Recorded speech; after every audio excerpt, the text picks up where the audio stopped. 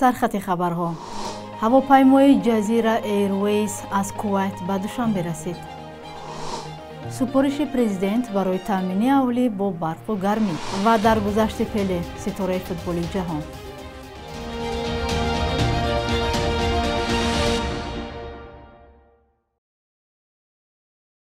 روزتان بخیر بود بیننده های عزیز. به برنامه نویدی بامدادی خوش آمدید. امروز 3 دکبر است. هواپیمای جزیره ایرویز از کویت به شهر دوشنبه رسید. بیش از 20 مسافر از جمله چند بلاگر و خبرنگار، بعضی از نمایندگان رسمی و چندی از دانشجویان تاجیکی دانشگاه‌های کویت شام 29 دکبر به تاجیکستان آمدند. زبیدالله زبیدزاده سفیر تاجیکستان در کویت در اول ماه دکبر گفته بود که پروازها در خط سیر کویت دوشنبه هفته 2 بار روزهای پنجشنبه و شنبه صورت خواهد گرفت. با افزودن رویای مسافران تدریجاً به نظام همه روزه گذرانده می شود. او اظهار امید کرد که با تشکیل خط سیر مستقیم شماره جهانگردان از هر دو کشور افزوده همکاری های اقتصادی و تجارتی رشد خواهد یافت.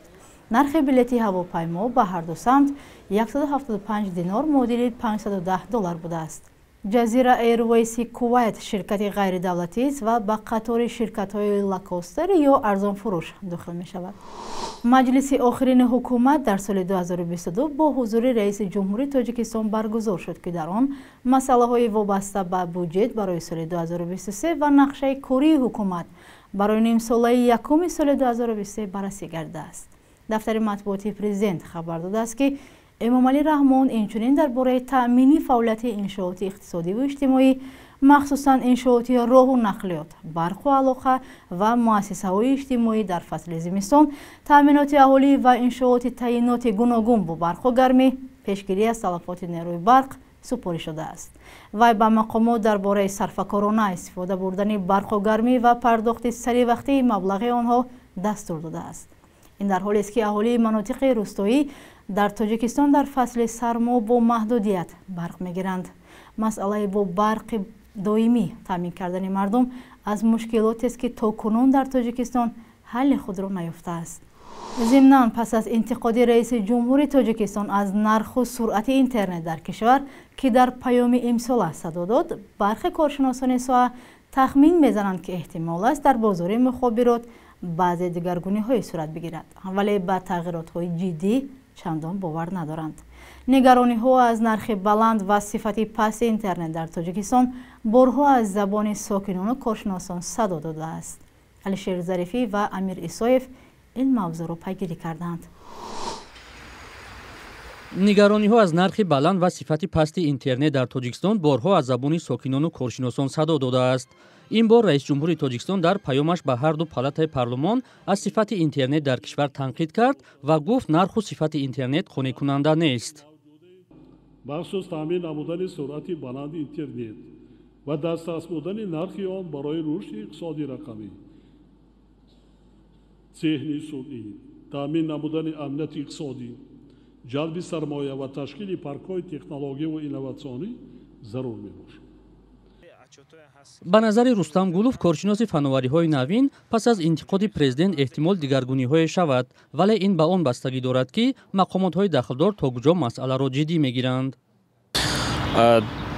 در عموم فکر نمی‌کنم که یگان هوسمندی خاص داشته باشند مقامات علاهیده و خصوصا خدمات علاقه، اما آنکه خودی پرزیدنت بر این چیز دخالت کرد و یک فرمانی روی راست دادند که همین مسئله حل کرده شود، پس شاید که یگان چیز تغییر یابد، اما تا چه اندازه تغییرات های جدی می شود برای این چیز من راست دیگر یگان چی گفتن نمیتونم، چون که تنها باید که نگاه کنیم و وضع را مشاهده نماییم که چی چیز تغییر می یابد، اما تغییرات جدی یعنی برداشتن مونوپولی است.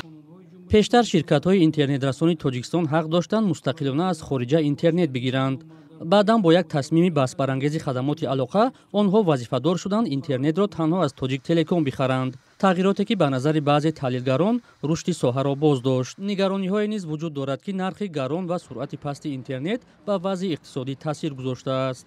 аммо мушоҳидаҳо нишон медиҳанд ки сабаби асосӣ ду чиз аст. якумаш ин ки сабаби он ки бисёртар ҳамон кормандон ва соҳибкороне ки дар соҳаи IT кор мекунанд онҳо омаданд ва якум шуда аз кишвари Русия фирор карданд ва гӯем табиист ки ба онҳо интернети арзон ва бо сифати хуб дар кор аст.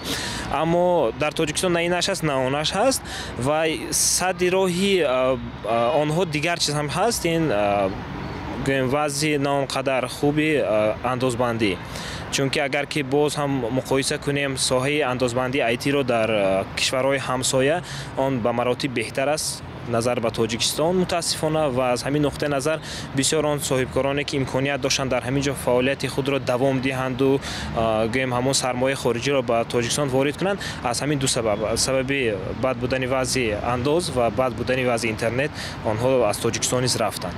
рӯзи 28 декабр дар хадамоти алоқаи Тоҷикистон касе ҳозир нашуд мавзӯъро шарҳ диҳад, вале дар гузашта масъулони ин ниҳод борҳо аз сифати интернет дар кишвар тавсиф карданд.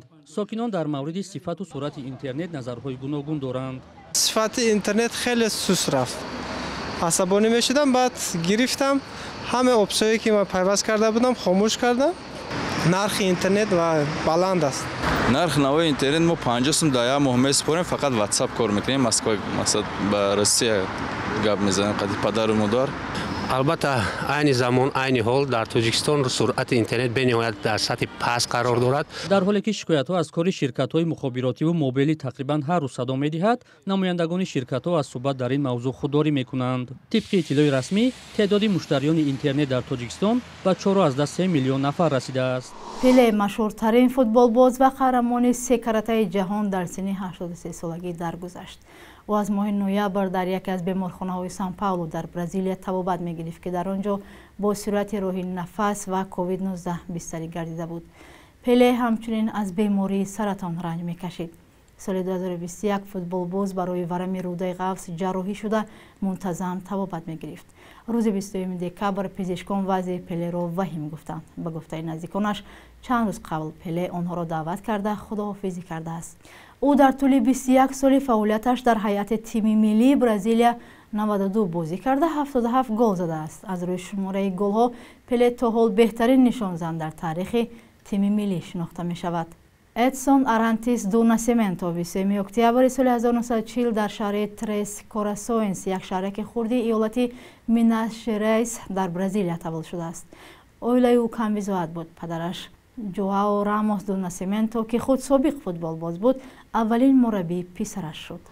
ва агентии об ва ҳавошиносӣ мегӯяд сокинон соли нави 2023-ро бебарф пешвоз хоҳанд гирифт. бино ба пешгӯии онҳо соли нав бо обу ҳавои нисбатан гарм ва бидуни боришоти назаррас фаро расида, танҳо рӯзи 31 декабр каме борон меборад. ба иттилои агентии обу ҳавошиносӣ рӯзи 31 декабр дар душанбе ҳавои кам абр бо туман дар назар аст.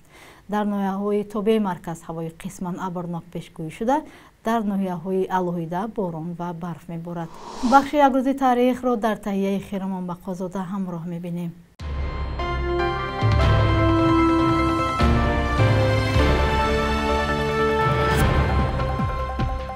30 декабри соли 1922 дар анҷумани умумии шӯроҳо эъломияи таъсиси иттиҳоди ҷумҳуриҳои шӯравии социалистӣ қабул шуд, ки дар оғоз аз Русия, Украина ва Беларус иборат буд. соли 1924 ин иттиҳод аз ҳисоби ҷумҳуриҳои Осиёи Миёна аз ҷумла Узбекистони шӯравӣ ва Тоҷикистони мухтор дар ҳайати он такмил шуд. Тоҷикистон соли 1929 мақоми ҷумҳурии ҷудогонаи шӯравиро касб кард ва яке аз 15 республикаи СССР гардид. СССР декабри соли 1991 барҳам хӯрд. 30 декабри соли 1982 зодрӯзи овозхони боистеъдод Манижа Давлатова аст, ки дар давоми таҷрибаи бисёр кӯтоҳи овозхониаш бо таронаҳои дилрешу пурмазмунаш дар дилҳо ҷой гирифт. аввалин ҳунарманди зан аз Тоҷикистон буд, ки баъди суқути ҳукумати Толибон дар Афғонистон дар ин кишвар консертҳои ҳунарӣ барпо кард. солҳои баъдӣ аз овозхонӣ канор рафта бо оҳангсозӣ машғул шуд. 30 دکبر سال 2020 در ناحیه قبادیان ولایت ختلان در عائله دلناز محمدوف و رحمان نورمرادوف 5 گانیک‌ها تولد شدند که یک حادثه بی‌سابقه در تاریخ تاجیکستان گردید. 2 پسر و 3 دختر زیر نظر طبیبان تولد شدند و حکومت ولایت ختلان هم گفت که برای این عائله خانه نو می‌سازد. بانک ملی ارزش اسعار خارجی را چنین تعیین کرده است.